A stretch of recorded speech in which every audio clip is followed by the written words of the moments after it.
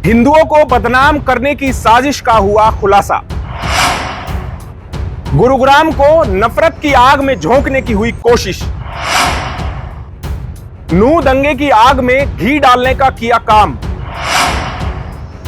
विश्व हिंदू परिषद और बजरंग दल के नाम से आपत्तिजनक पोस्टर्स लगाने के मामले में गुरुग्राम पुलिस का बड़ा खुलासा।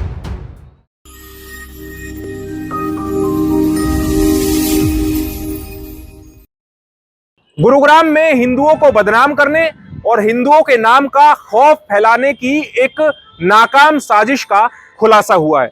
आपको इस खबर में दिखाएंगे कि कैसे विश्व हिंदू परिषद और बजरंग दल को विलेन बनाकर मुस्लिमों को धमकाने के लिए लगाए गए आपत्तिजनक पोस्टर्स के पीछे क्या खुलासा हुआ है। नमस्कार, मैं हूं सुनील यादव और आप देख रहे हैं गुरुग्राम न्यूज। गुरुग्राम से सटे नूह जिले में जब 31 जुलाई को हिंसा हुई, ब्रजमंडल की शोभा यात्रा पर हमला किया गया, दंगे किए गए, उसके बाद न केवल नूह बल्कि आसपास के जितने भी जिले हैं वहां पर माहौल तनावपूर्ण हो गया।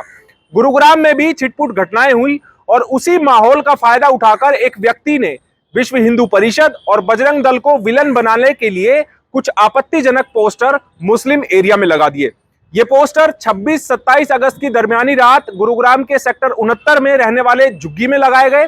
जहां पर झुग्गियों में रहने वाले मुस्लिमों को धमकाते हुए पोस्टर्स में यह लिखा गया कि अगले 2 दिन में ये झुग्गियां खाली करके यहां से चले जाओ, नहीं तो उनकी खुद की मौत के जिम्मेवार वो खुद होंगे। और उसमें निवेदक बताया गया वीएचपी और बजरंग दल। ये तस्वीरें तो हम आप लोगों को वही दिखा रहे हैं 27 अगस्त की, जब ये पोस्टर्स यहां पर लगाए गए। और ये जानकारी सबसे पहले गुरुग्राम न्यूज के पास आई। जब गुरुग्राम न्यूज ने बादशाहपुर पुलिस थाने की टीम को सूचना दी तो उसके बाद बादशाहपुर एसएचओ अपनी पूरे दलबल के साथ मौके पर पहुंचे और वहां पर झुग्गी वासियों को यह आश्वासन देते हुए उन्हें भरोसा दिलाया कि उनकी जिंदगी को कोई खतरा नहीं है, वहां पर उनकी सुरक्षा के लिए पुलिस तैनात कर दी गई है। साथ ही पुलिस ने यह भी लोगों को भरोसा दिलाया कि जल्द ही उस आरोपी को भी गिरफ्तार कर लिया जाएगा जिसकी ये साजिश है, जो कि मुस्लिमों को डराने की कोशिश कर रहे हैं। आखिरकार 1 महीने की कड़ी मशक्कत के बाद गुरुग्राम पुलिस की क्राइम टीम सेक्टर 39 ने उस मुख्य आरोपी को गिरफ्तार कर ही लिया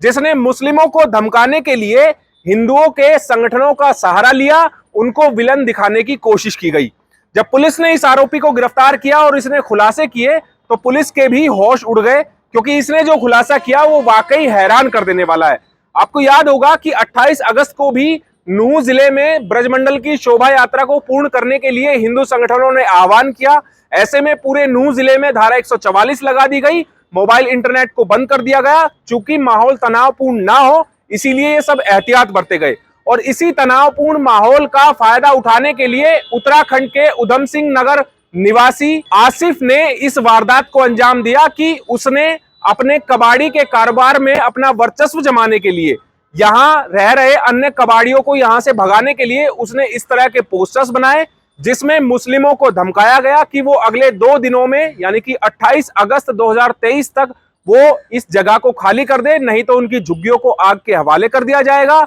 उनकी बहन बेटियों के साथ गलत व्यवहार किया जाएगा और वो अपनी मौत के खुद जिम्मेवार होंगे जो यहां से नहीं जाएंगे। साथ ही इन पोस्टर्स में नीचे निवेदक के तौर पर विश्व हिंदू परिषद और बजरंग दल का नाम लिखा गया। जब ये पोस्टर सोशल मीडिया पर वायरल हुए, गुरुग्राम न्यूज ने इसकी खबर चलाई तो उसके बाद इलाके में हड़कंप मच गया और पुलिस लगातार उस बंदे की खोज करने लगी जिसने इस हरकत को अंजाम दिया है। तकरीबन 1 महीने की कड़ी मशक्कत के बाद गुरुग्राम पुलिस ने आसिफ कबाड़ी को गिरफ्तार कर लिया है और उसने जो खुलासा किया है वो वही कि वो अपनी इस कारोबार में, कबाड़ के कारोबार में अपनी प्रतिस्पर्धा को खत्म करने के लिए, कंपटीशन को मिटाने के लिए और बाकी कबाड़ियों को यहां से डरा धमकाकर भगाने के लिए उसने इस वारदात को अंजाम दिया। शायद आसिफ को इस बात का जरा सा भी अंदाजा नहीं रहा होगा कि उसकी इस हरकत से इलाके में कितना बड़ा तनाव फैल सकता है। ये एक पोस्टर कितनी बड़ी विपदा को यहां पर जन्म दे सकती थी, ये शायद आसिफ ने अंदाजा भी नहीं लगाया होगा। लेकिन पुलिस अब गहनता से आसिफ से पूछताछ कर रही है कि क्या कहीं उसका किसी कट्टरपंथ संगठन से तो कोई रिश्ता नहीं है, कहीं उसने इस माहौल का फायदा उठाकर इस माहौल को और तनावग्रस्त बनाने के लिए इस कदम को उठाया हो, या फिर उसकी मंशा केवल अपने कारोबार को बढ़ाने की थी और बाकी जो कबाड़ी यहां पर रहते हैं उनको यहां से भगाने की थी। पुलिस ने आरोपी आसिफ को गिरफ्तार कर लिया है उससे पूछताछ की जा रही है, सारी डिटेल्स उससे निकलवाई जा रही है कि आखिरकार उसने किस हालातों में और किस के कहने पर इस तरह की वारदात को अंजाम दिया है। ये पुलिस स्टेशन बादशाहपुर के अंदर एक घटनाक्रम हुआ था 26-27 की इंटरवेनिंग नाइट, 26-27 ऑफ अगस्त की इंटरवेनिंग नाइट को सेक्टर 69 बादशाहपुर के एरिया के अंदर कुछ जगह है जहाँ पर जो बेसिकली झुग्गियाँ वगैरह डली हुई हैं और काफ़ी जो लोग रहते हैं वहाँ पर, तो वहाँ पर जो बेसिकली वहाँ पर जो लोग रहते हैं वो मेहनत मजदूरी करते हैं और उस तरीके से लेबर क्लास तबका है जो हमारा वहाँ पर रहता है, और वहाँ पर काफ़ी कबाड़ियों की भी दुकान है और काफ़ी कबाड़ी रहते हैं। तो उस दौरान बेसिकली जब एक शिकायत प्राप्त हुई और 28 अगस्त को एक केस रजिस्टर्ड कराया गया बादशाहपुर के अंदर, तो उसमें चीज़ें जब हमारी क्राइम ब्रांच सेक्टर 39 है, इंचार्ज पंकज, उन्होंने गहनता से इसकी जांच करी और काफ़ी लोगों को शामिल जांच करा। तो उस दौरान ये जो शिकायतकर्ता ने शिकायत दी थी कि एक पोस्टर लगा दिया गया था उनकी झुग्गियों के ऊपर कि अपनी झुग्गियाँ खाली कर जाओ, और एक धमकी भरा पोस्टर था, वरना उसका अंजाम भुगतना पड़ेगा, तो 2 दिन के अंदर अपनी झुग्गियाँ खाली कर जाओ। तो एक बड़ी क्योस की सिचुएशंस बन गई थी थ्रू आउट सोशल मीडिया के अंदर, वो काफ़ी वायरल रहा। तो पुलिस ने कंडेम कराई थी सभी सिचुएशंस को कि किसी प्रकार की ऐसी कोई गतिविधि या घटनाक्रम नहीं हो रहा आसपास, लेकिन किसी ने अपने पर्सनल गेन के लिए बेसिकली ये इस घटनाक्रम को अंजाम दिया। तो जो उसकी पहचान, आरोपी की पहचान हुई, वो आसिफ नाम से एक पहचान हुई है। वो आसिफ उन्हीं झुग्गियों के आसपास का निवासी है और एक कबाड़े का काम करता है, और ये आसिफ बेसिकली उत्तराखंड का रहने वाला है। उधम सिंह नगर पड़ता है एक डिस्ट्रिक्ट, वहाँ पर उत्तराखंड है, उत्तराखंड के अंदर, तो वहाँ का रहने वाला है। अपनी प्रतिस्पर्धा कम करने के लिए और जिस तरीके से दूसरे जो कबाड़ी हैं वहाँ से वो चले जाएं ताकि इसका वर्चस्व कायम हो जाए, तो उस तरीके की घटनाक्रम को अंजाम देते हुए वो धमकी भरा जो पोस्टर है, जो अभी हमारी प्रथम दृष्टि से अभी हमारी पूछताछ में चीज़ें सामने आई हैं और उसको हमने अरेस्ट करा है, तो उसने वो जो पोस्टर लगाया है और उसके संबंध में उसके खिलाफ जो कानूनी कार्रवाई करी जा रही है और उसको अरेस्ट करा गया। सर, पोस्टर में उसका लगाने की मंशा क्या थी? क्योंकि उसने हिंदू संगठनों का निवेदक उस पोस्टर में बनाया था। क्या वहाँ पर डर का माहौल पैदा करने की मंशा थी और केवल प्रतिस्पर्धा ही उसका मेन मंशा थी, या फिर जो उस समय माहौल चल रहा था नून हिंसा को लेकर, उस माहौल का भी फायदा उठाने की कोशिश की उसने? देखिए, जिस प्रकार से जुलाई एंड पे 31 जुलाई को जो घटनाक्रम हुआ नू वायलेंस का, उसके जो साथ साथ जो इंसिडेंट एस्केलेट हुए, उन एस्केलेशंस के साथ ऐसे काफ़ी केस रजिस्टर्ड करे गए हैं गुड़गांव के अंदर जो ऐसी घटनाक्रम से संबंधित हुए। उसके तहत